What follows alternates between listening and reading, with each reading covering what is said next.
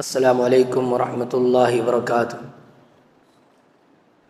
بسم اللہ الرحمن الرحیم، الحمد للہ رب العالمین، والصلاة والسلام علی خیر خلقہ محمد وعلی آلہ وصحبہ اجمعین ومن تبعہم بإحسان الی یوم الدین، اما بعد۔ ہر قسم کی تعریف و توصیف اللہ رب العالمین کے لیے لائق و زیبا ہے، جس نے ہم سب کو پیدا کیا، بے شمار انگنت نعمتوں سے نوازا ہے اور نوازتے رہتا ہے۔ درود و سلام ہو تمام نبیوں پر، تمام رسولوں پر، خصوصاً نبی آخر الزماں ہمارے پیارے نبی رحمت للعالمین محمد رسول اللہ صلی اللہ علیہ وسلم۔ محترم دینی بھائیوں، بزرگوں، نوجوان ساتھیوں، عزیز بچوں اور اسلامی ماں اور بہنوں، اربعین نووی کی دوسری حدیث، جسے حدیث جبریل کہا جاتا ہے، بڑی ہی اہم حدیث ہے، جس پر ہم کئی درس اب تک کر چکے ہیں۔ اللہ کی توفیق سے، اللہ کی فضل سے اسلام کیا ہے، اسلام کے بنیادی ارکان کیا ہیں، پھر ہر رکن سے متعلق تفصیل سے بات آئی، ایمان کیا ہے، پھر ایمان کے بھی جزیات پر بات کی گئی۔ ایسے ہی آج ہم آگے بڑھیں گے کہ احسان کسے کہتے ہیں۔ یہ حدیث، یہ بیس ہے اسلام کی، اتنی اہم حدیث ہے یہ کہ اس حوالے سے امام نووی رحمہ اللہ کہتے ہیں وَاعْلَمْ أَنَّ هَذَا الْحَدِيثَ يَجْمَعُ أَنْوَاعًا مِنَ الْعُلُومِ وَالْمَعَارِفِ وَالْآدَابِ وَاللَّطَائِفِ بل هو اصل الاسلام۔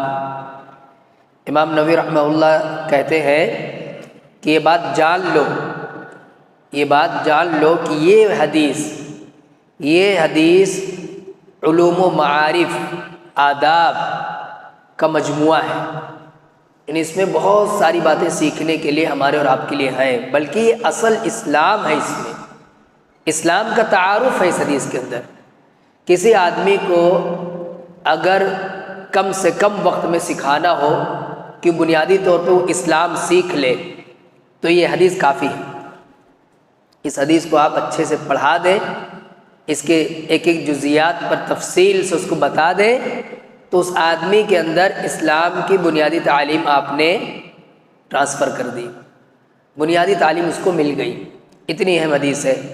امام قرطبی رحمہ اللہ اس حدیث کے بارے میں کہتے ہیں هذا الحدیث یصلح ان یقال له ام السنہ، کہتے ہیں کہ یہ حدیث اس لائق ہے کہ اس کو ام السنہ کہا جائے۔ کیا کہا جائے؟ ام السنہ۔ جیسے سورہ فاتحہ کو ام القرآن کہتے ہیں۔ سورہ فاتحہ کتنی اہم سورت ہے، اس کو کیا کہتے ہیں؟ ام القرآن۔ ایسے ہی اس حدیث کے بارے میں امام قرطبی رحمۃ اللہ علیہ کہتے ہیں کہ ہمیں یہ حدیث اس لائق ہے کہ اس کو ہم کیا کہیں؟ ام السنہ۔ کیوں؟ لما تضمنہ من جمل علم السنہ، اس لیے کہ یہ حدیث سنت کا جو علم ہے، حدیث کا جو علم ہے، ان سب کا اس میں مجموعہ ہے، سب کا خلاصہ ہے، ساری باتیں اس میں آ گئی ہیں۔ ایک مثال کے طور پہ دیکھیں، نماز سے متعلق اگر ہم بات کرنا چاہیں تو نماز کی اہمیت، اس کے فوائد، نماز چھوڑنے کے نقصانات، ساری باتیں ہم ذکر کر سکتے ہیں۔ صوم، روزے سے متعلق بات کریں تو بہت تفصیل سے بات ہو سکتی ہے، زکوٰۃ سے متعلق بات کریں بڑی تفصیل سے بات ہو سکتی ہے۔ ایسے ہی اسی بات کی طرف اشارہ ہے کہ یہ حدیث اتنی اہم ہے کہ اس میں پورے اسلام کا تعارف موجود ہے۔ ایسے ہی ابن دقیق العید کہتے ہیں فَهُوَ كَالْأُمِّ لِلسُّنَّةِ، کہ حدیث یہ والی حدیث سنت کے لیے ماں کی طرح سے ہے۔ سنت یعنی اللہ کے نبی صلی اللہ علیہ وسلم کی حدیثوں کے حق میں یہ ماں کا درجہ رکھتی ہے، اتنی اہم حدیث ہے۔ کما سمیت الفاتحۃ ام القرآن، جیسا کہ سورہ فاتحہ کو ام القرآن کہا جا رہا ہے۔ یہ باتیں اس لیے ذکر کرنی ضروری تھی دینی بھائیوں کہ اس حدیث کی شرح ہم کئی ہفتوں سے کر رہے ہیں، تو جو چیز جتنی اہم ہوتی ہے اس کو اتنی اہمیت دینی پڑتی ہے اور دینا چاہیے۔ ایسا نہیں کہ سرسری طور پہ صرف ترجمہ کر لیا، ترجمہ کر کے آگے بڑھ گئے، تو ہاتھ میں کیا آئے گا؟ کیا آئے گا پھر؟ چاہے تو ایک دن میں بھی درس ہو سکتا ہے، لیکن پھر وہ حق ادا نہیں ہوگا جو سلف کے یہاں اس کا حق تھا، جو سلف صالحین کے یہاں اس کا درجہ تھا، اس کا مرتبہ تھا، وہ حق ادا نہیں ہو پائے گا۔ بہرکیف اللہ کی فضل و توفیق سے آج ہم یہاں تک پہنچے کہ پیارے نبی صلی اللہ علیہ وسلم سے یہ سوال کیا گیا، فَأَخْبِرْنِي عَنِ الْإِحْسَانِ، کہ اے محمد صلی اللہ علیہ وسلم آپ ہمیں بتائیں، آپ مجھے بتائیے، خبر دیجئے، عن الاحسان، کہ احسان کسے کہتے ہیں، اس بات کی خبر دیجئے۔ یہ کون سوال کر رہا ہے؟ یہ سوال کس نے کیا ہے؟ جبریل علیہ السلام۔ کس سے سوال کیا ہے؟ پیارے نبی محمد رسول اللہ صلی اللہ علیہ وسلم سے۔ اب جواب سنیے، اللہ کے نبی جواب دے رہے ہیں، بتا رہے ہیں کہ احسان کسے کہتے ہیں، تو اللہ کے نبی کہتے ہیں ان تعبد اللہ کأنک تراہ، تم اللہ کی عبادت ایسے کرو جیسے کہ تم اللہ کو دیکھ رہے ہو، جیسا کہ تم اللہ کو دیکھ رہے ہو۔ عبادت میں نماز شامل ہے، اہم عبادت ہے، بلکہ احب الاعمال ہے، اللہ کے نزدیک سب سے محبوب عبادت ہے۔ تو جب ہم نماز پڑھیں تو ایسے ہی نماز پڑھیں گویا کہ ہم اللہ کو دیکھ رہے ہیں۔ یہ ایک بات اور سمجھیں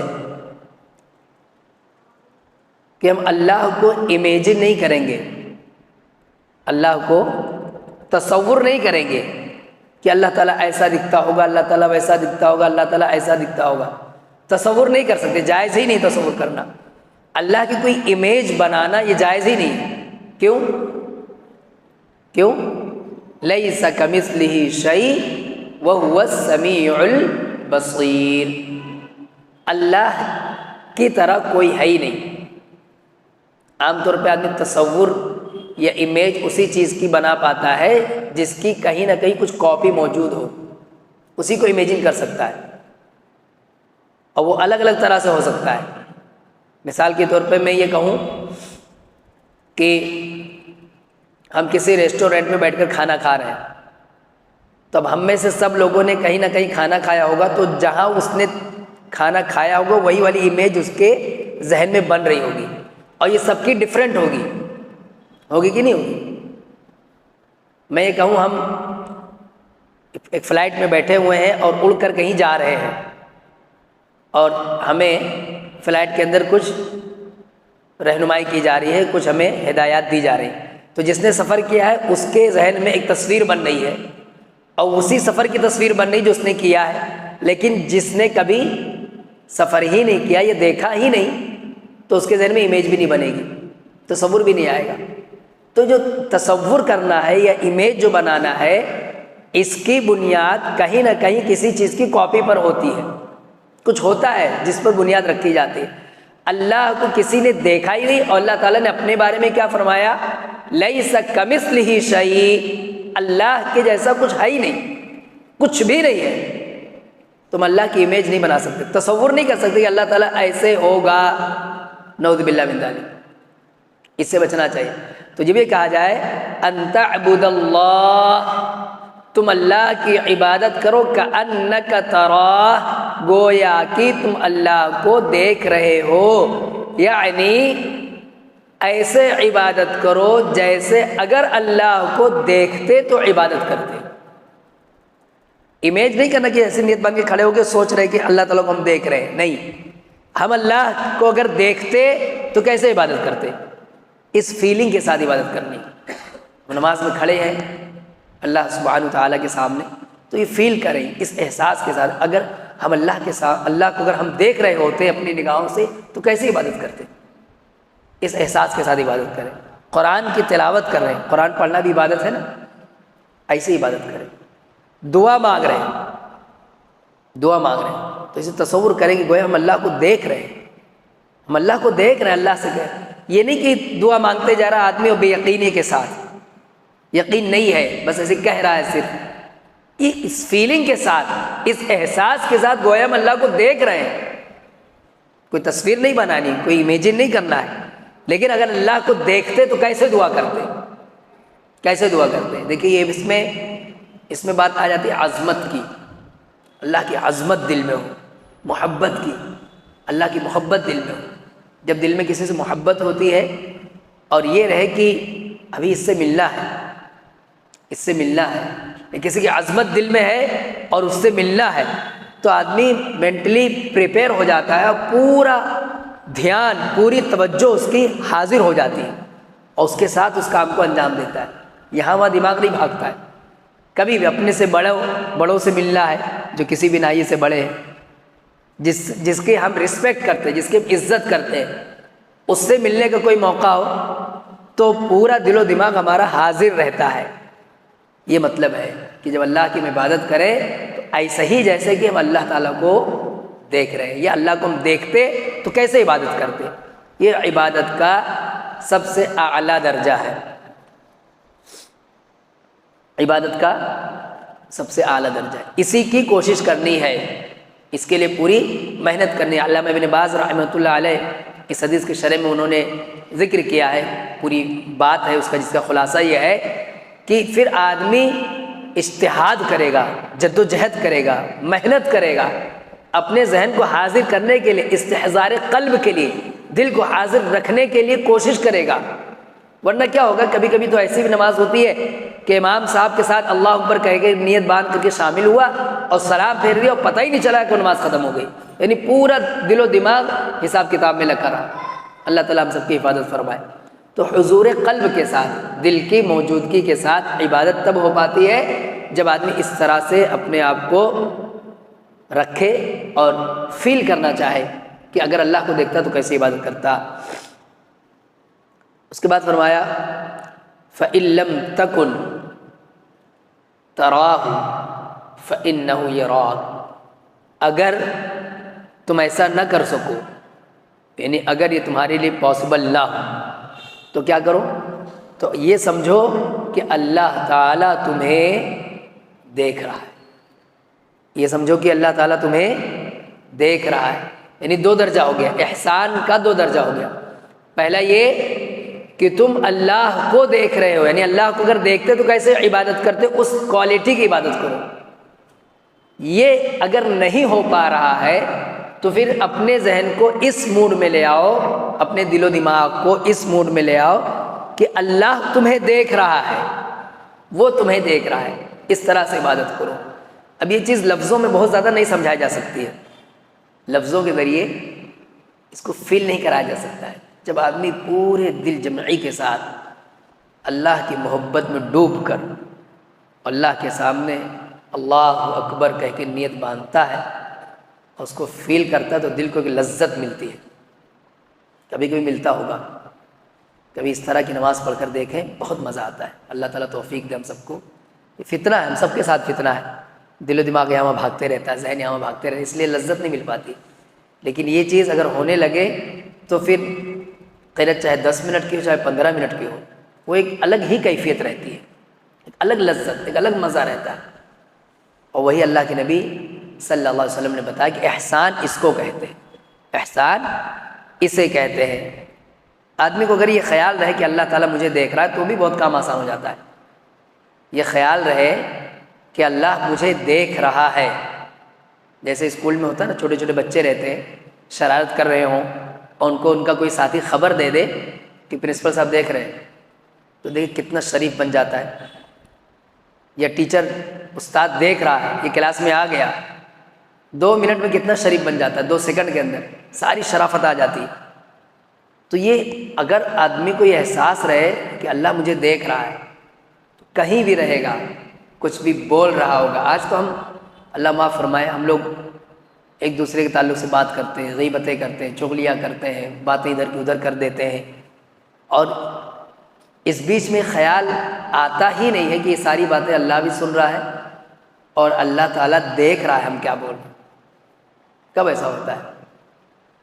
اللہ ماشاء اللہ کبھی کسی کے ساتھ ہو، انہیں خیال ہی نہیں آتا ہے، یہ یاد ہی نہیں آتا ہے کہ اچھا میں جو بول رہا ہوں یہ فلاں صاحب سن رہے، فلاں صاحب سن رہے، یہ سن رہے ہیں اور اللہ تعالیٰ بھی سن رہا ہے. اللہ تعالیٰ بھی سن رہا ہے، یہ خیال ہی نہیں آتا کہ 3 لوگ کے بیچ میں بول رہا ہوں، اللہ تعالیٰ بھی اس بات کو سن رہا ہے میری، یا اللہ تعالیٰ مجھے دیکھ رہا ہے میں کیا کہہ رہا ہوں، کیا بول رہا ہوں، کیسے چل رہا ہوں، کیا کر رہا ہوں. یہ خیال ہی نہیں آتا ہے. حالانکہ اللہ سبحانہ وتعالیٰ نے کیا فرمایا الذی یراک حین تقوم وتقلبک فی الساجدین، کہ اللہ تمہیں دیکھتے رہتا ہے حین تقوم، جب تم قیام کرتے ہو، جب تم کھڑے ہوتے ہو تو اللہ تمہیں دیکھتا ہے. اس کا مطلب یہ ہے کہ ہمارا چلنا پھرنا اٹھنا بیٹھنا باتیں کرتا سب اللہ تعالیٰ دیکھ رہا ہے. وتقلبک فی الساجدین، اور ہم جو الگ الگ کیفیت سے گزرتے رہتے ہیں، الٹتے پلٹتے رہتے ہیں، کبھی سجدے کی حالت میں ہے، کبھی رکوع کی حالت میں ہے، کبھی کچھ اور، یہ سب اللہ تعالیٰ دیکھ رہا ہے. تو آدمی کو محسوس ہوگا نا، کبھی قیام سے رکوع میں جانے لگو اور اس احساس کے ساتھ کہ میں اللہ کو اگر دیکھتا تو کیسے رکوع کرتا، یا میں رکوع کر رہا ہوں اللہ تعالیٰ مجھے دیکھ رہا ہے، اللہ کو دکھانے کے لیے رکوع کروں، اللہ کو دکھانے کے لیے کہ اللہ تجھے دکھاؤں کہ میں رکوع کیسا کر رہا ہوں، کیسے تیرے سامنے سجدہ کر رہا ہوں. پھر اس کی لذت ملے گی، پھر اس کی لذت ملے گی. احسان بہت بڑا درجہ ہے، اللہ تعالیٰ ہم سب کو اس کی توفیق عطا فرمائے. تو دینی بھائیوں، پیارے نبی صلی اللہ علیہ وسلم نے یہ بتایا. اس کے بعد اگلا سوال کیا گیا فَأَخْبِرْنِي عَنِ السَّاعَةِ، کہ محمد صلی اللہ علیہ وسلم آپ مجھے خبر دیں، آپ مجھے خبر دیں، مجھے بتائیں عن الساعہ، قیامت کے بارے میں. اللہ کے نبی کا جواب سنیے. جواب کیا تھا؟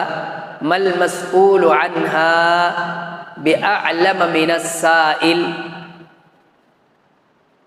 کہ مجھے سائل سے زیادہ پتہ نہیں.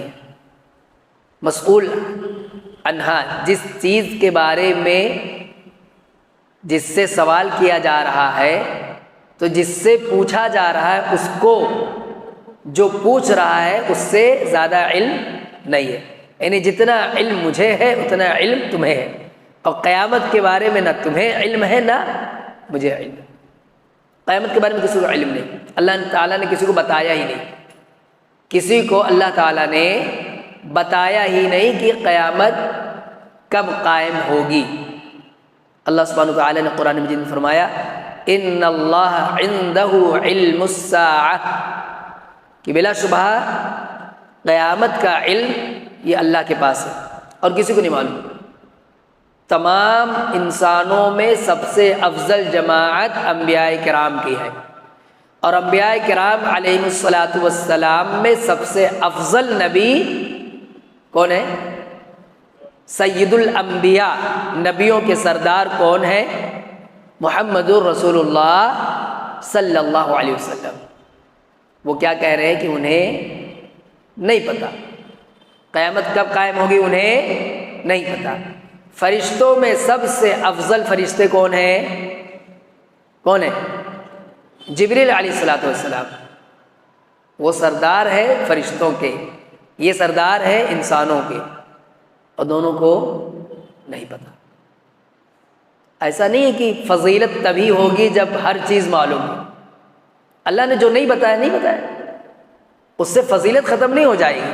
ہمارے نبی صلی اللہ علیہ وسلم کا جو مقام و مرتبہ ہے وہ مقام و مرتبہ مسلم ہے، ایسا ضروری نہیں ہے، بلکہ یہ جائز ہی نہیں کہ جو اللہ کے نبی کے بارے میں نہیں بتایا گیا آپ وہ بھی بتاؤ، یا جو نبی صلی اللہ علیہ وسلم کو نہیں عطا کیا گیا آپ زبردستی اس کو بھی اللہ کے نبی کی طرف منسوب کرو. اللہ کے نبی صلی اللہ علیہ وسلم کو نہیں بتایا گیا کہ قیامت کب قائم ہوگی، تو اگر یہ کہہ لیا جائے کہ اللہ کے نبی کو علم نہیں تھا تو یہ کوئی عیب کی بات نہیں، کوئی برائی نہیں، کوئی عیب کی بات. اس میں بے عزتی کیا ہے، اس میں بے ادبی کیا ہے، اس میں گستاخی کیا؟ خود اللہ کے نبی کو نہیں بتایا گیا تو نہیں بتایا گیا، اس میں گستاخی والی کون سی بات ہے؟ یہ عقیدہ رکھتے بعض لوگ کہ اللہ کے نبی حاضر و ناظر ہیں۔ کیا عقیدہ رکھتے ہیں؟ حاضر ہیں، یعنی ہر جگہ ہیں، ہر چیز دیکھ رہے ہیں اور سب کچھ جانتے ہیں، غیب کا بھی علم ہے۔ یہ سراسر باطل عقیدہ ہے۔ اچھا، اس کے پیچھے وجہ کیا ہے؟ کہ لوگوں کو لگتا ہے اگر نبی کی طرف یہ بات کہہ دی جائے کہ نبی کو یہ بات نہیں معلوم تو نبی کی بے عزتی ہے، نبی کی توہین ہے، نعوذ باللہ من ذالک۔ اللہ حدیث کیا کہتی ہے؟ پیارے نبی محمد رسول اللہ صلی اللہ علیہ وسلم خود ہی کہہ رہے ہیں نا کہ سائل یعنی جو پوچھ رہا ہے اس سے زیادہ مجھے نہیں پتا، اتنا اللہ نے بتایا کہ قیامت قائم ہوگی، کب قائم ہوگی اللہ نے نہیں بتایا، نہ مجھے پتا نہ آپ کو پتا، نہیں معلوم۔ تو یہ کہ نہیں معلوم یہ کوئی عیب کی بات نہیں ہے، یہ دین ہے نا، یہ کیا ہے؟ دین ہے۔ جبریل علیہ السلام کے الفاظ پہ آپ لوگوں نے غور کیا؟ وہ بار بار کہہ رہے ہیں فَأَخْبِرْنِي، مجھے آپ خبر دیجئے، مجھے آپ بتائیے۔ خبر کس چیز کی خبر ہوتی ہے؟ جو بات بتائی جاتی ہے، سکھائی جاتی ہے، جو عالمی کے علم میں رہتا ہے اسی بات کی خبر دی جاتی ہے نا، وہ اسی کو سکھایا جاتا ہے، اسی کو بتایا جاتا ہے نا۔ اپنے من سے اگر بنا کے کوئی بات کہنی ہے تو آپ چاہے جو کہتے رہیں، اس میں علم کی کیا ضرورت؟ اگر اپنے دل سے بنا کر کوئی بات پیش کرنی ہے، کوئی قصہ بنانا ہے، کوئی کہانی بنانی ہے تو آپ کا کریٹیوٹی مائنڈ ہے، آپ کوئی چیز کریٹ کر سکتے ہو، بنا سکتے ہو، تخلیقی ذہن آپ کا، تو چاہے جو بنا کے پیش کرو۔ اس کے لیے علم کی کیا ضرورت؟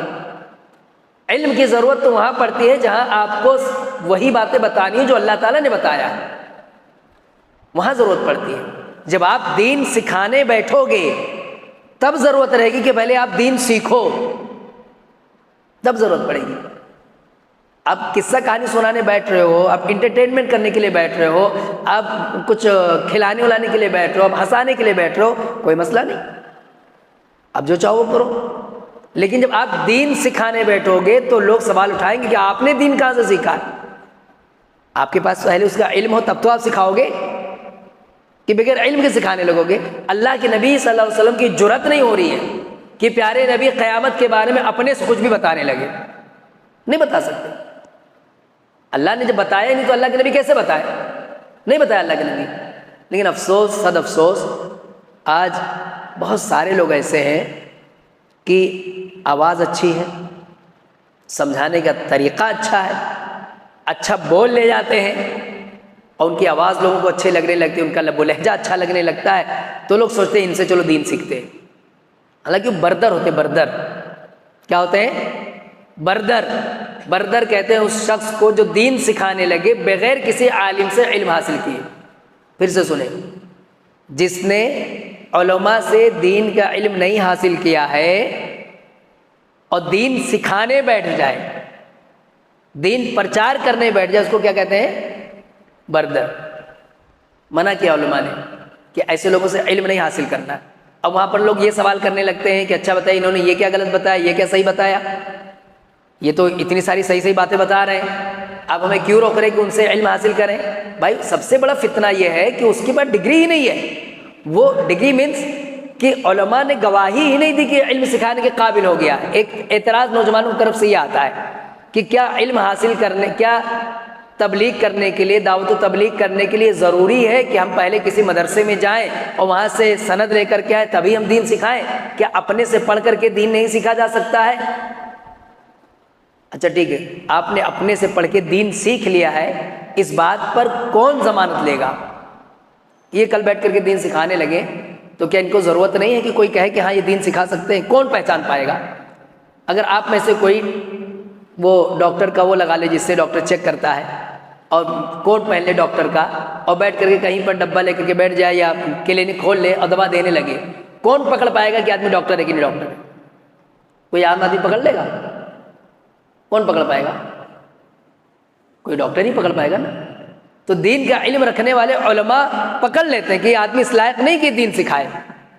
اب وہ اگر کہتے ہیں کہ بھائی اس آدمی سے دین نہ سیکھو تو اس کی اس بات کو تسلیم کرنے میں کیا حرج ہے کہ جب وہ کہہ رہے ہیں کہ اس لائق نہیں کہ دین سکھاؤ۔ دیکھیں ایک ہوتا ہے دین کی موٹی موٹی باتیں ہم جانتے ہیں وہ آپس میں ایک دوسرے کو ٹرانسفر کرتے ہیں، بتاتے ہیں، کہیں بھٹکتے ہیں، بھولتے ہیں، غلطی ہو جاتی ہے تو اپنے علماء سے مل کے اس کی رہنمائی کر لیتے ہیں۔ ایک ہے علماء کی جگہ پہ آ کے بیٹھ جائے، آپ عالم کی جگہ پر آ کے بیٹھ گئے کہ چھوڑو ان لوگ کو، مجھ سے علم حاصل کرو، میں آپ کو دین سکھاتا ہوں۔ یہ جیسے علماء سکھاتے ہیں ویسے ہی دین سکھانا شروع کر دیا، بتانا شروع کر دیا، تو اب وہ 8-10 باتیں ٹھیک بھی بتائیں گے، لیکن جہاں جہاں غلطی کریں گے، جہاں جہاں گمراہی پھیلائیں گے، تو علماء جب اس پہ رد کرتے ہیں تو لوگوں کو کیا لگتا ہے، لوگ ایسا سمجھتے ہیں، اور نہیں سمجھنا چاہیے حالانکہ ایسا، لوگوں کو ایسا لگتا ہے کہ یہ ہمیں ان سے روک رہے ہیں اور خواہ روک رہے ہیں۔ حالانکہ وجہ یہ نہیں رہتی، وجہ یہ رہتی کہ دین ہے، 7 سال 8 سال 10 سال 15 سال کی محنت اور دن رات محنت کے بعد علماء کو امتحان دے کر کے، اگزام دے کر کے اس لائق جب کوئی ہوتا ہے تو اس کو سرٹیفکیٹ دی جاتی ہے کہ آپ نے علم حاصل کر لیا۔ ضروری نہیں کہ مدرسے میں جا کے علم حاصل، آپ ایسے ہی محنت کریں، کسی مسجد میں، کسی لائبریری میں بیٹھ کر کے آپ علم حاصل کریں علماء سے، اور جب علماء کہتے ہیں کہ ہاں ان سے دین حاصل کیا جا سکتا ہے تو لوگ آپ سے علم حاصل کریں گے، کوئی حرج کی بات نہیں۔ بہت سارے ماضی میں ایسے لوگ گزرے ہیں جنہوں نے کسی مدرسے میں جا کے علم نہیں حاصل کیا، علماء سے علم حاصل کریں، کوئی ضروری نہیں مدرسے میں، مسجد میں بیٹھ کر کے علم حاصل کریں، اپنے گھر پہ ان کے گھر پہ جا کر کے علم حاصل کریں، لائبریری میں بیٹھ کے علم حاصل کریں، لیکن یہ ضروری ہے کہ آپ ان سے علم حاصل کر لیں اور وہ کہہ دیں لوگوں کو کہ ہاں ان سے علم حاصل کیا جا سکتا ہے۔ لیکن دینی بھائیوں، اس میں لوگ کہیں نہ کہیں غیر سنجیدہ ہے۔ اللہ کے فضل و توفیق سے جو لوگ سمجھتے ہیں اس بات کو بہت اچھے سے سمجھتے ہیں کہ ایک ہوتا ہے گاڑی آپ چلانے لگے اور روڈ پر یا سڑک پہ دوڑانے لگے، اور ایک ہے کہ آپ نے باقاعدہ کسی سے سیکھا ہے، آپ لائسنس ہولڈر ہیں، دونوں میں فرق ہے۔ ایک گورنمنٹ بھی آپ کو صرف اس لیے گاڑی چلانے کی اجازت نہیں دیتی ہے کہ آپ کو چلانے آتا ہے، وہ پہلے آپ کا ٹیسٹ لیتی ہے، لیتی کہ نہیں لیتی؟ آپ کا ٹیسٹ لیتی ہے کہ آپ اس لائق ہیں، اس کے بعد آپ کو اس کی اتھارٹی دیتی ہے کہ ٹھیک ہے آپ چلائیے، آپ اس کی اجازت آپ کو دیتی ہے۔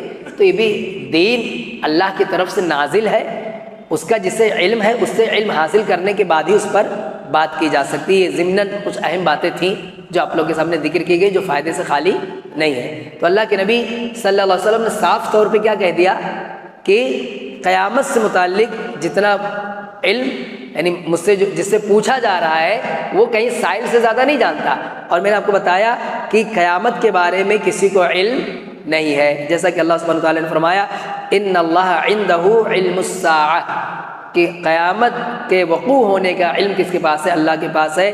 وَيُنَزِّلُ الْغَيْثَ، ایسا ہی بارش نازل ہونے کا علم کس کے پاس ہے؟ اللہ کے بارے میں۔ بالکل کب بارش ہوگی، کتنی بارش ہوگی، کہاں بارش ہوگی، اس کا علم کس کو ہے؟ اللہ سبحانہ وتعالی۔ کبھی کبھی اللہ تعالیٰ فرشتوں کے ذریعے کسی خاص علاقے میں بادل کو بھجوا دیتا ہے، فرشتے بادل کھینچ کر کے لے کے آتے ہیں، بارش کا پورا ماحول نظر آتا ہے، لیکن بارش نہیں ہوتی، لیکن بارش نہیں ہوتی۔ کبھی اس کے برعکس ہوتا ہے کہ بالکل دھوپ ہے اور یکایک اچانک بارش شروع ہو جاتی ہے، اللہ بہتر جانتا ہے، جب جہاں چاہتا ہے بارش ہوتا ہے۔ اس کا علم کسی کو اللہ نے نہیں دیا، اس کا علم کسی کو نہیں دیا۔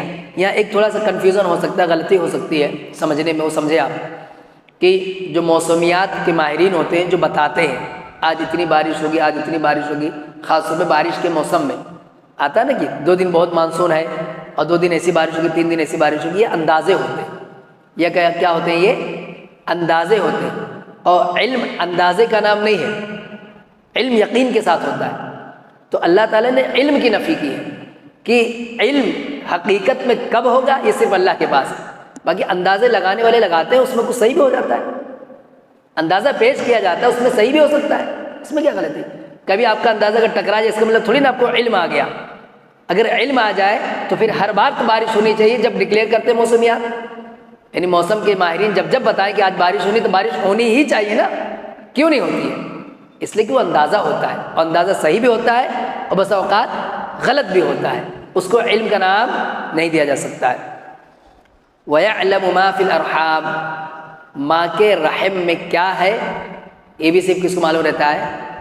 اللہ سبحانہ وتعالیٰ۔ اس حوالے سے بھی بہت ساری باتیں ذکر کی جا سکتی تھی، بہت اختصار سے ایک بات بتاؤں کہ ماں کے رحم میں کیا ہے، اس کی شخصیت کیا ہے، وہ بیٹا رہے گا یا بیٹی رہے گی یہ صرف اللہ کو اس کا علم رہتا ہے رحم میں. کس کو علم رہتا ہے؟ اللہ کو. ایک وقت گزر جانے کے بعد جب فرشتہ اللہ سے پوچھتا ہے کہ اس کو مذکر بنانا ہے کہ مؤنث بنانا، اسے نہیں پتہ رہتا. فرشتے کو بھی معلوم نہیں رہتا ہے کہ اس کو مذکر بنانا ہے یا مؤنث بنانا ہے. اللہ تعالیٰ جو اسے بتا دیتا ہے کہ اسے مذکر بنانا ہے یا اسے مؤنث بنا، تو اللہ نے بتا دیا. اللہ تعالیٰ نے کیا کر دیا؟ بتا دیا کہ یہ کرنا ہے. تو اس کے صرف جنس کا پتہ چلتا ہے. کس کا؟ جنس کا. فرشتے کو اللہ کے حکم سے. اس کے بعد پھر اگر الٹرا ساؤنڈ کے ذریعے یا کیا کہتے ہیں سونوگرافی کے ذریعے یا دوسرے جو ذرائع ہیں اس کے ذریعے اگر کسی کو پتہ چل جاتا ہے تو وہ اس کو علم نہیں کہتے. ایک وقت ایسا رہتا ہے کہ صرف اللہ تعالیٰ ہی کو پتہ رہتا ہے، بعد میں اللہ تعالیٰ اس کا علم کسی اور کو دے دے کسی دوسرے ذریعے سے، وہ بھی صرف اس کی جنس کا علم. کس کا؟ جنس کا. اس کی شخصیت، اس کا پورا وجود، اس کی پوری زندگی کیا ہوگی، کیسے ہوگی، کسی کو علم نہیں رہتا. ایسا بھی ہوا اس دنیا کے اندر ہوتا ہے کہ بچہ پیدا ہوا، بیٹے کی پیدائش پہ سارے لوگ خوش ہیں، ماں خوش ہے، باپ خوش ہے، اور کچھ سال گزرنے کے بعد جب بچہ جوان ہوتا ہے بسا اوقات اپنی باپ کی جان لے لیتا ہے. ہوا کہ نہیں ہوا؟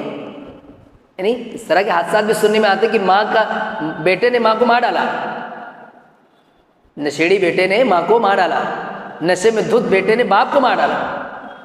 یعنی جو بچہ پیدا ہو رہا تھا جس کی پیدائش پہ خوش تھے اس کو پتہ ہی نہیں تھا کہ میرا قاتل پیدا ہوا ہے. آج باپ کو معلوم ہی نہیں کہ یہ جو پیدا ہوا ہے کون پیدا ہوا ہے، میرا قاتل پیدا ہوا. آگے چل کر کے 25 سال 24 سال 18 سال کے بعد یہ مجھے قتل کرے گا.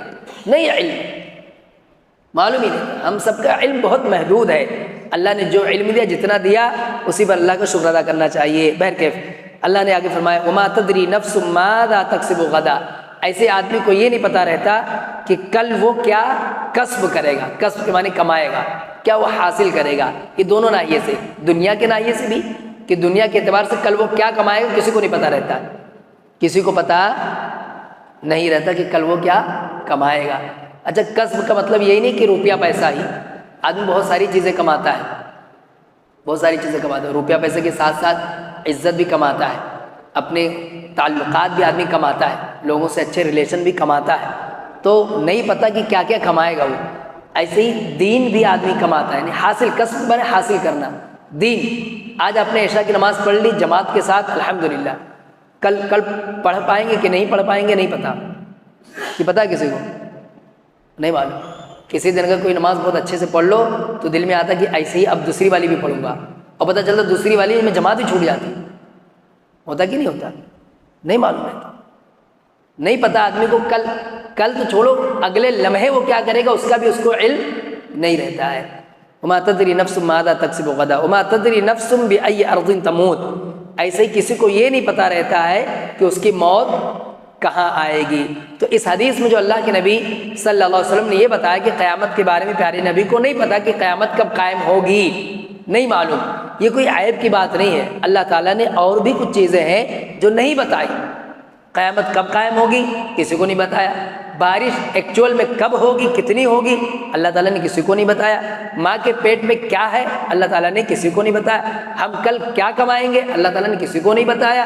ہم کہاں مریں گے اللہ تعالیٰ نے کسی کو نہیں بتایا. اور یہ کوئی عیب کی بات نہیں. دینی بھائیو، اللہ کے نبی صلی اللہ علیہ وسلم نے منع کر دیا کہ انہیں نہیں پتہ. اس کے بعد جبریل علیہ الصلوۃ والسلام نے سوال کیا فَأَخْبِرْنِي عَنْ أَمَارَاتِهَا، کہ مجھے اس کی نشانیاں بتائیے، قیامت کی نشانی کیا وہ بتائیے.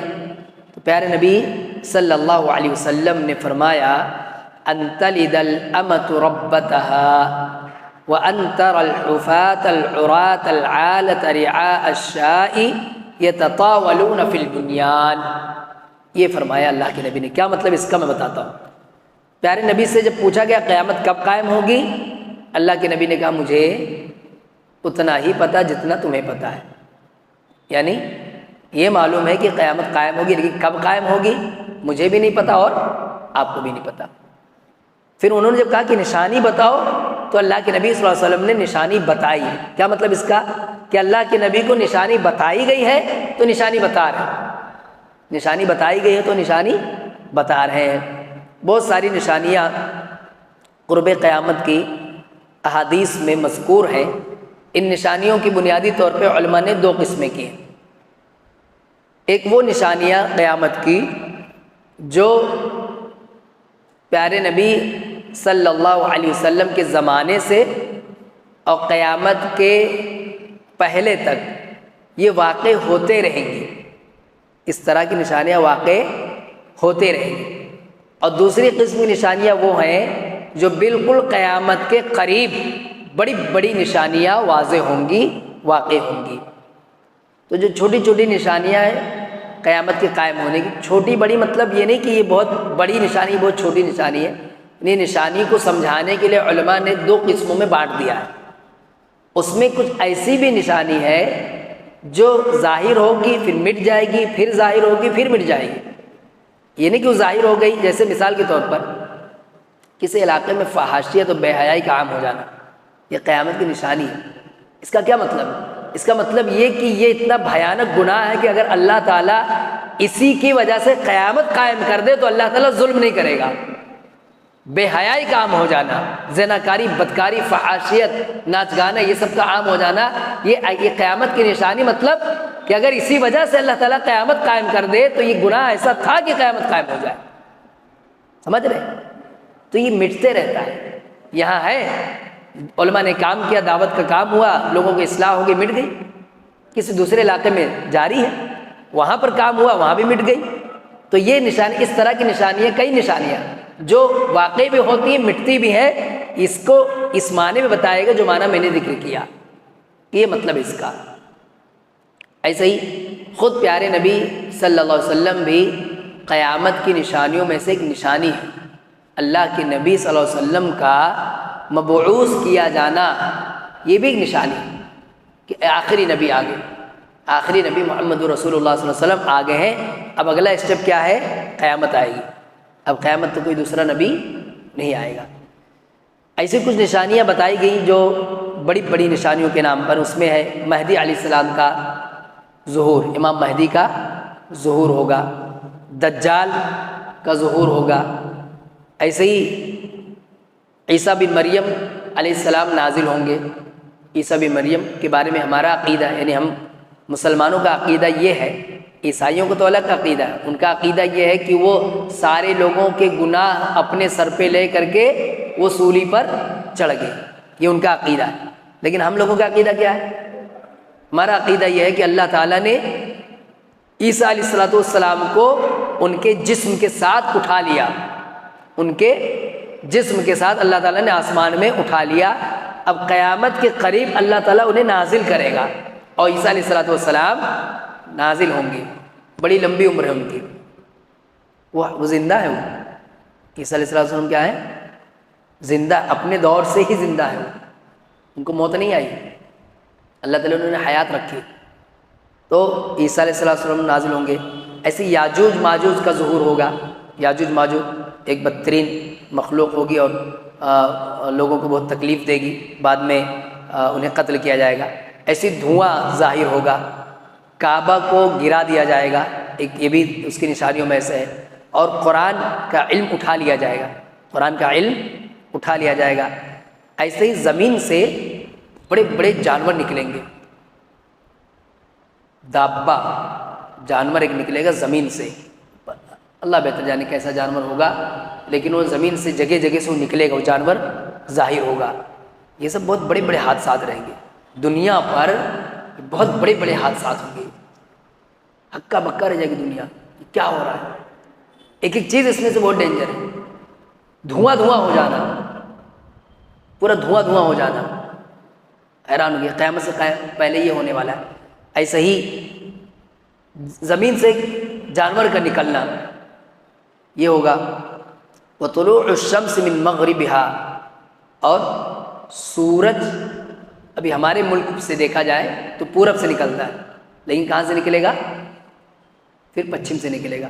اچھا، پورب پچھم کا مسئلہ نہیں ہے، مسئلہ ہے کہ جہاں سے نکلتا ہے اس کے اپوزٹ سے نکلے گا، ورنہ ہمارے ملک سے تو پورب پڑتا ہے نا، کوئی ضروری نہیں کہ ہر جگہ سے پورب ہی پڑتا ہو، کہیں سے وہ دوسری جگہ بھی پڑتا ہوگا نا، تو پورا پچھم نہیں، جہاں ڈوبتا ہے وہاں سے نکلے گا اور جہاں نکلتا وہاں پر ڈوبے گا۔ وطلوع الشمس من مغربها، جہاں وہ غروب ہوتا وہاں سے وہ طلوع ہوگا، سورج وہاں سے طلوع ہوگا۔ ڈوبے گا کہ نہیں ڈوبے گا اس کا ذکر نہیں یہاں پر، وہاں سے نکلے گا۔ اس کے بعد نارن، ہاں ایک آگ نکلے گی، جو آگ لوگوں کو محشر کی جانب جمع کرے گی۔ ایک آگ ظاہر ہوگی، وہ آگ لوگوں کو کھدیڑ کر کے کہاں جمع کرے گی؟ میدان محشر میں۔ یہ سب قیامت کی بڑی بڑی نشانیاں ہیں، یہ سب قیامت کی بڑی بڑی نشانیاں جو قرب قیامت ظاہر ہوں گی۔ تو اللہ کے نبی صلی اللہ علیہ وسلم سے جب پوچھا گیا فَأَخْبِرْنِي عَنْ أَمَارَاتِهَا، کہ مجھے قیامت کی نشانیاں بتائیں، تو اللہ کے نبی صلی اللہ علیہ وسلم نے اس حدیث میں 2 نشانی بتائی۔ کون سی حدیث میں؟ اس حدیث، باقیہ بھی اللہ کے نبی نے بتایا لیکن وہ الگ الگ موقع پہ دوسری جگہوں پہ بتایا، یہاں پر اللہ کے نبی نے 2 نشانیاں بتائی۔ کون سے 2 نشانی؟ نمبر 1، اللہ کے نبی نے فرمایا ان تلد الامۃ ربتها، کہ ماں لونڈی اپنے مالکن کو جنے گی، یا دوسرے الفاظ میں بھی حدیث ہے کہ ماں اپنے سردار کو جنے گی، پیدا کرے گی۔ اس کا کیا مطلب ہے؟ اس حوالے سے علماء کے اقوال دیکھنے کے بعد جو خلاصہ ہے وہ یہ کہ فتوحات کثرت سے ہوں گے، اسلام کا دائرہ پھیلے گا، مسلم حکمرانی پھیلے گی، اور اتنی پھیلے گی دوسرے ممالک اسلام کے ماتحت آئیں گے۔ دنیا پر ایک طرح سے اسلام کا غلبہ ہوگا اور مسلمان پوری دنیا میں پھیل جائیں گے۔ تو اسلام کے جو جنگ کے اصول ضابطے ہیں، بہت ساری باتیں اس میں ہیں، اس میں سے ایک چیز یہ ہے کہ جب کوئی ملک فتح ہوگا، کوئی کنٹری فتح ہوگی، تو وہاں کے لوگوں کا کیا کیا جائے۔ ابھی تو دنیا میں ایک الگ نظام چلتا ہے کہ سب کو قیدی بنا دو، سب کو جیل میں پھونس دیتے، بھر دیتے ہیں، اب اس کے بعد ان کی زندگی کا کیا ہونا کچھ لینا دینا نہیں۔ 14 سال 28 سال تک لوگ جیل میں رہتے، پوری عمر جیل میں رہتے ہیں۔ قیدیوں کے تعلق سے بظاہر یہ دکھایا جاتا ہے کہ بہت رحم والا معاملہ کر رہے ہیں، ان کو کھانا پانی دے رہے ہیں، لیکن انسان کی جو ضرورت ہوتی ہے اسے کھانے پینے کی نہیں رہتی، اس سے بڑھ کر بھی دوسری ضرورتیں ہوتی ہیں نا، اس کا کوئی خیال نہیں رکھا گیا ہے۔ جبکہ اسلام کے اندر ایسا ہے کہ جن کو قیدی بنایا جائے گا ان کے آزاد ہونے کی بھی بہت ساری شکلیں رکھی گئی ہیں۔ ایسا ہی اگر جس فوجی کو قیدی ملا ہے، فوج کے لوگوں کے حوالے کر دیا جاتا ہے، جو فوجی لڑتے ہیں، اور اس کے بعد اس کی مرضی کرو، چاہے تو آزاد بھی کر دے، وہ چاہے تو کیا کر دے؟ آزاد کر دے، وہ چاہے تو اپنے پاس رکھے، وہ چاہے تو کچھ روپیہ پیسہ اس سے لے کر کے اس کو آزاد کر دے۔ یعنی کچھ تعلیمات ایسے جو انسانیت ہی کے لیے ہے، وہ ایک الگ چیپٹر ہے، وہ بہت بہترین چیپٹر ہے وہ۔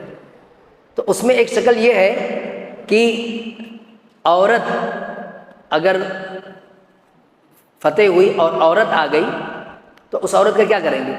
اس کو لے کے جیل میں بھر دیں گے؟ نہیں، اس میں ایک یہ ہے کہ وہ اس آدمی، اس فوجی کی ملکیت میں چلی جائے گی۔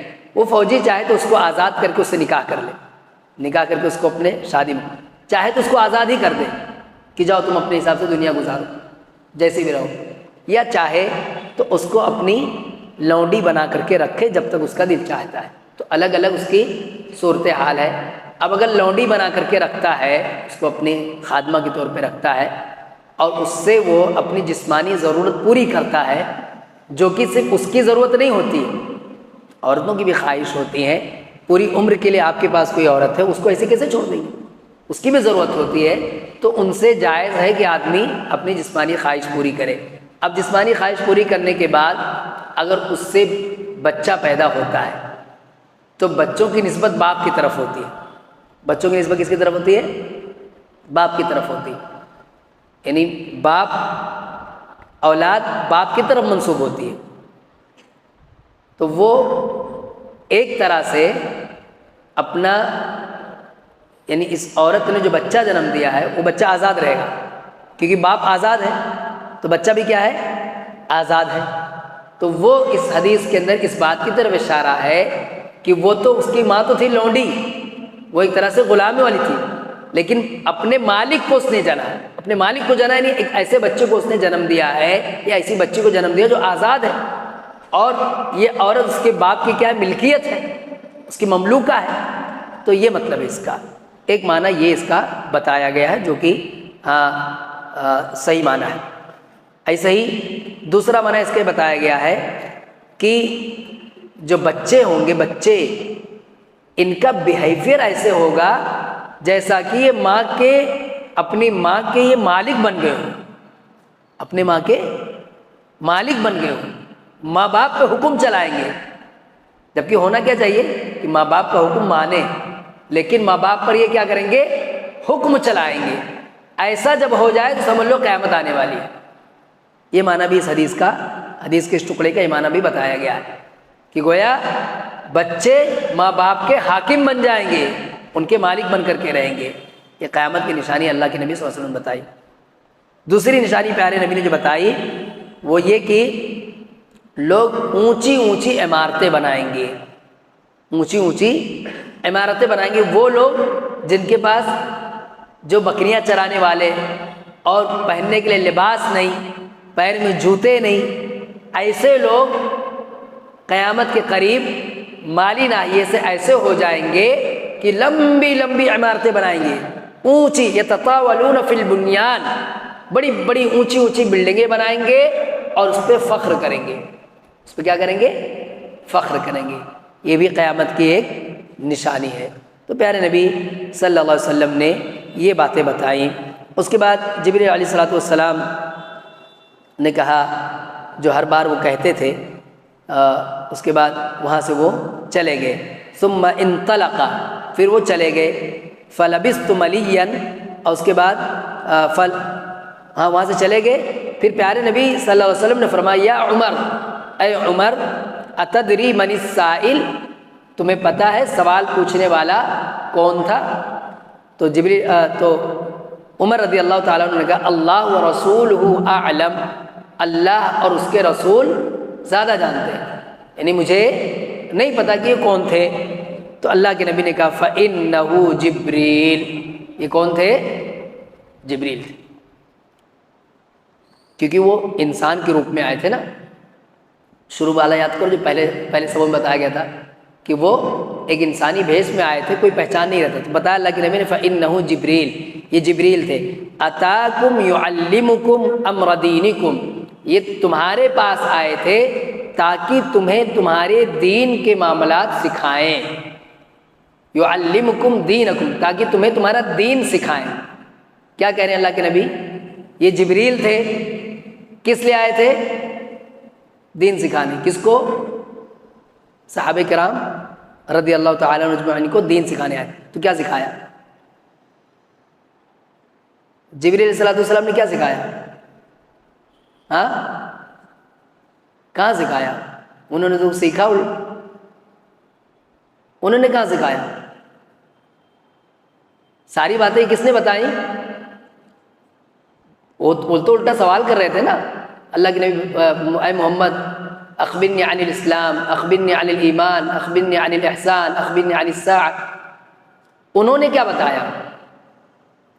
تو اللہ کے نبی ایسا کیوں کہہ رہے ہیں کہ وہ آئے تھے تاکہ تمہیں تمہارا دین سکھائے؟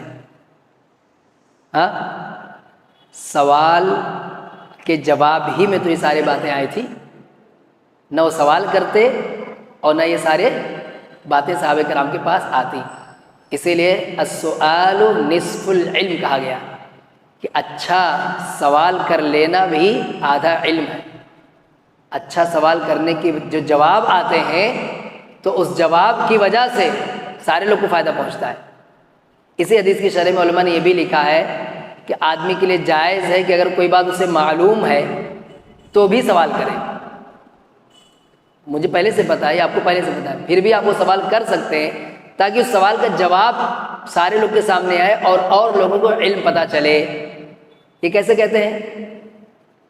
پیارے نبی صلی اللہ علیہ وسلم کو ساری باتیں کس کے ذریعے سے پتہ چلتی تھی؟ اکثر اسلام کی اکثر باتیں کون لے کر آتے تھے؟ جبریل علیہ السلام لاتے، وہی لا کر کے سکھاتے تھے، وہی آ کر کے بتاتے تھے، وہی بتاتے تھے نا۔ اور جبریل علیہ السلام یہاں آ کر کے جب سوال کر رہے ہیں تو اللہ کے نبی صلی اللہ علیہ وسلم وہ باتیں بتا رہے ہیں، وحی کے ذریعے بتایا جاتا تھا۔ اس کے دوسرے طریقے بھی ہیں، لیکن اکثر و بیشتر باتیں اللہ کے نبی صلی اللہ علیہ وسلم کے پاس کون لے کر کے آتے تھے؟ جبریل علیہ الصلوۃ والسلام۔ تو اس حدیث کی شرح میں علماء نے یہ لکھا ہے کہ سوال کرنا چاہیے، جب ہم کسی عالم سے سوال کریں گے تو اس کا جواب لوگ سنیں گے اور علم کی اس سے نشر و اشاعت ہوگی، اس سے علم دوسروں تک پہنچے گا۔ اللہ تعالیٰ کے فضل و توفیق سے آج یہ حدیث مکمل ہوئی۔ اللہ تعالیٰ نے چاہا تو اب تیسری حدیث کی شرح کا آغاز اگلے ہفتے سے کیا جائے گا۔ جو باتیں اب تک بتائی گئی اللہ تعالیٰ ہمیں اس پر عمل کرنے کی توفیق عطا فرمائے، آمین۔ تقبل یا رب العالمین۔ السلام علیکم و رحمۃ اللہ وبرکاتہ۔